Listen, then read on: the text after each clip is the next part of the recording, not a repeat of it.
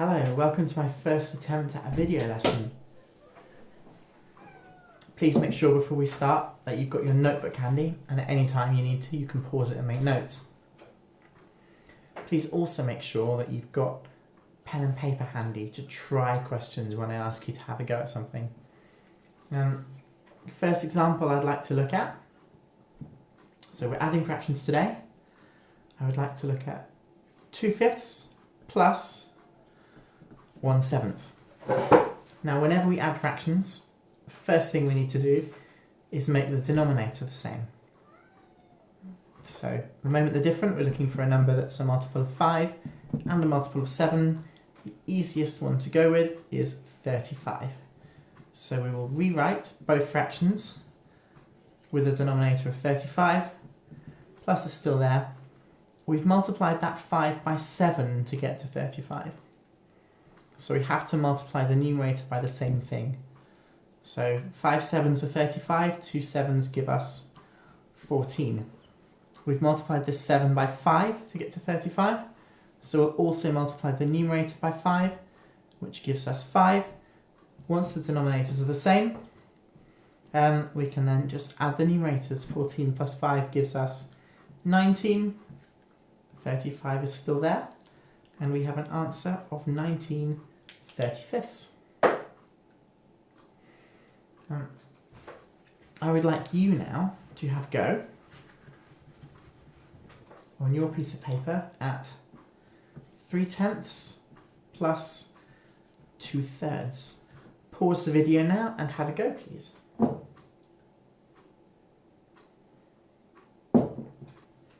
And you should have ended up with equals 9/30 plus 20/30, which equals 29/30 as your final answer. Second example I would like to look at is a subtraction. We'll look at 5/12 minus 11/36. Now, equals, we're going to connect every line with equal signs every time. We're looking for a number that's in the 12 times table and the 36 times table. And you want to think really carefully about your denominators, because if you choose something huge, it's going to get very complicated. The quickest, easiest denominator to use here is actually 36. So we'll rewrite both fractions with a denominator of 36. Subtract is still there. We've multiplied 12 by 3 to get to 36, so we'll do the same to the numerator, which gives us 15. We've not changed that denominator, so we're not changing this numerator. Equals, denominators are the same, we're just subtracting our numerators. 15 take away 11 gives us 4. So we have 4/36. Always, with fractions, we want to simplify our answers. So here, you're looking for, is there anything that goes into 4 and 36? And you can divide them both by 4, or by 2 twice, but if you divide them both by 4, that gives you 1/9. And because we've done the same to the top and bottom, it's the same fraction as before. And there is our final answer of 1/9. Okay, can you please try now on your piece of paper? This one. Try for me 7/11 minus 3/22. Please pause your video and have a go now.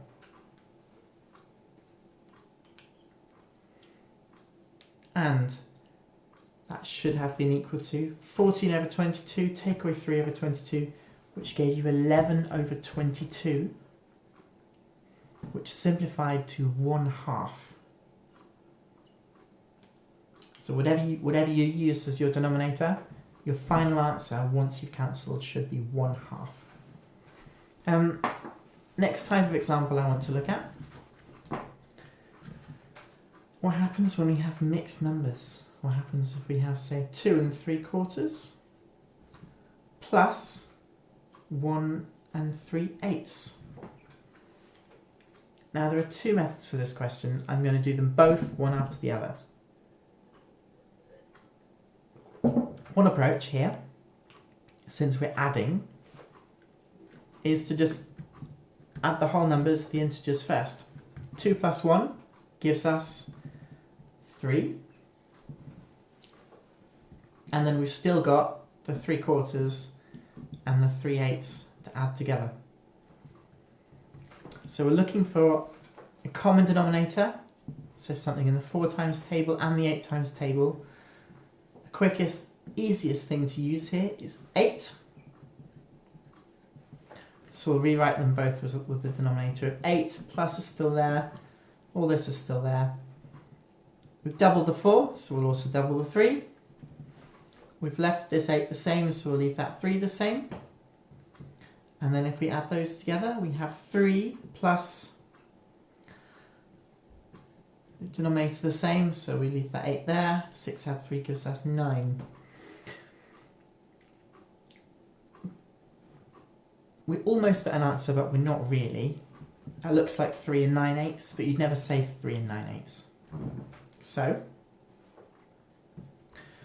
if we want to make it a mixed number and use that 3, we can rewrite 9/8 as a mixed number because it's more than a whole. So that gives us 3 plus 1 and 1/8, which gives us 4 and 1/8. So there's one method for doing this question. If you understand what you're doing, that can be quite quick and feel quite straightforward. And you don't necessarily need as many steps as I've put in. But it might be harder to get your head around what's going on here. So I'm going to show you a second method if you don't like this one. This second method might take longer, but it will always work. So this second method would be to write them both as improper fractions first. So improper fractions are sometimes known as top-heavy fractions. So a whole is 4/4, so 2 is 8/4. So 8/4, 3 more quarters gives us 11/4. A whole is 8/8, so a whole and 3 more gives us 11/8. 11/4 plus 11/8, common denominator of 4 and 8 would be 8. Rewrite them both as 8ths.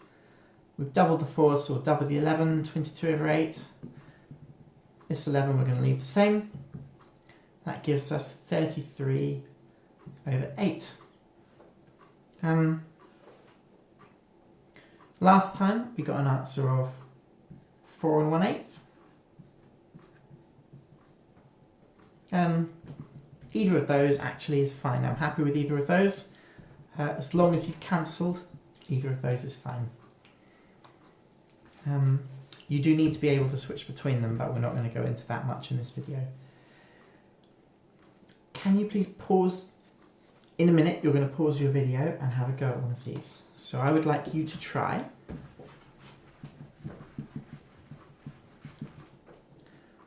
1 4/5 plus 2 3/10 for me. Pause your video and have a go.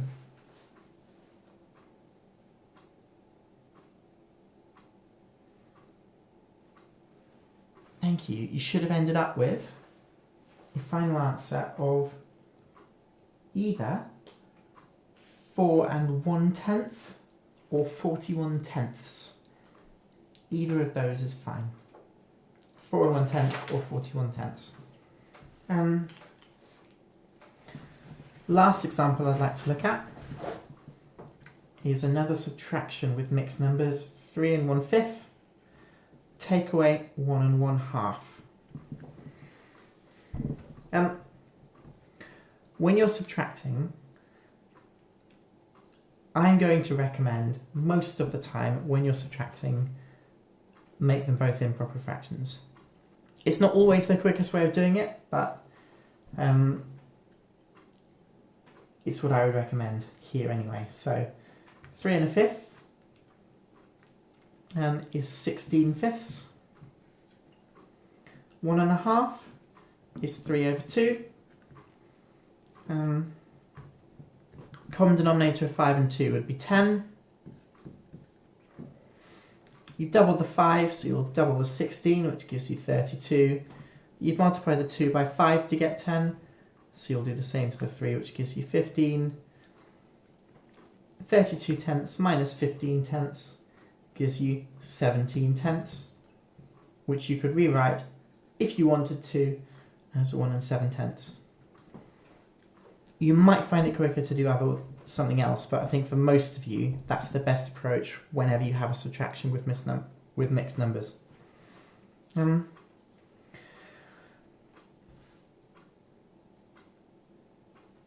Okay, that is the end of my first video lesson. Thank you for watching. Bye bye.